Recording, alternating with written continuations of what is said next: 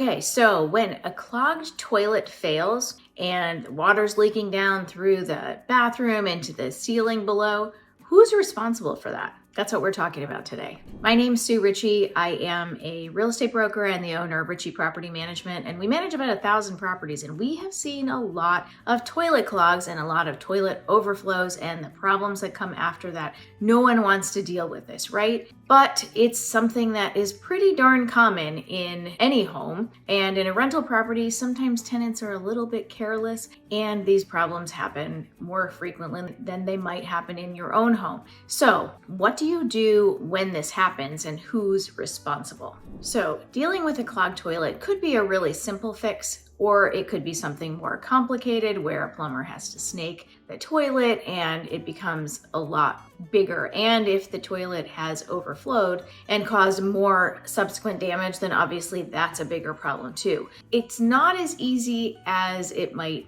sound to figure out who's responsible, and because the answer really is it depends. It depends on a number of things. It depends on your lease, it depends on what the situation is, what caused this clog. But there are some things we're going to talk about that can help you to determine who's responsible for what. Okay, so first let's talk about landlord duties in general in any typical rental situation. Most of the time, in most leases, the landlords are responsible for the maintenance of the home and the systems, the plumbing, the electrical, the cooling, the appliances. If something breaks, it's their responsibility to make sure that they repair it so that it's in good working order for the tenant, right? So that might mean in a plumbing situation that they would be responsible for general waste buildup that might cause a clog, normal usage, maybe when a pipe deteriorates, if there's a main sewer line that goes out to the street, we've seen those have cracks and they cause problems. Those have typically been landlord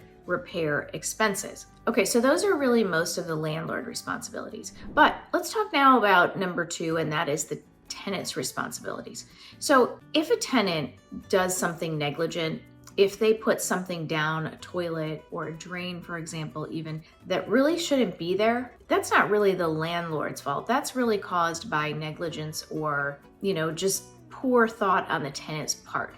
That's something they should pay for if there's a repair that needs to happen. So for example, excessive feminine hygiene products. We've seen children put marbles down the toilet. We've seen toys down there, swabs, cotton balls, anything like, there's been so many different things. If that happens and it's determined that there was something down there that caused this leak and problem, then absolutely that charge is going to go back to the tenant. Our lease says that things like this, that clogs, drain, disposal, toilets, those charges go back to the tenant. If we can determine that this was a normal thing and nothing caused by the tenant, then obviously we're going to discuss that and be reasonable. But generally speaking, they're the ones that are there. They're the ones that are using the toilets and the sinks. And sometimes we see tons of food being shoved out at disposal. That's not what it's for. When these problems are caused by the tenant, it's really going to be the tenant's cost to pay for that repair. So if you don't already have it in your lease, make sure that your lease clearly spells out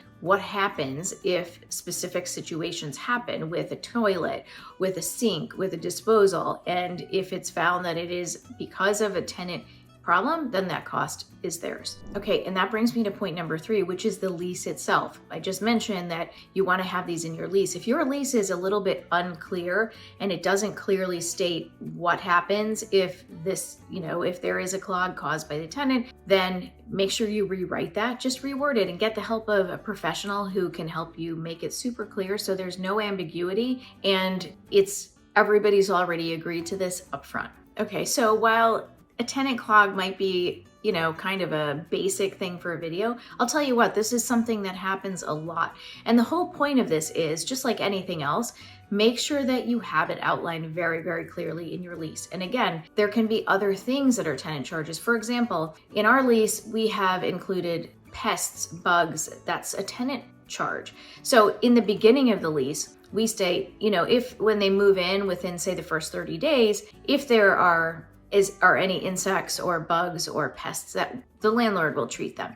But after some time, if they've been living there and they're the ones that are leaving food out and trash out and things like that, and they attract the bugs, that's not the landlord's fault. So we have tried to be fair and reasonable, but we have also been very diligent about spelling things out as clearly as possible so we don't have any confusion later.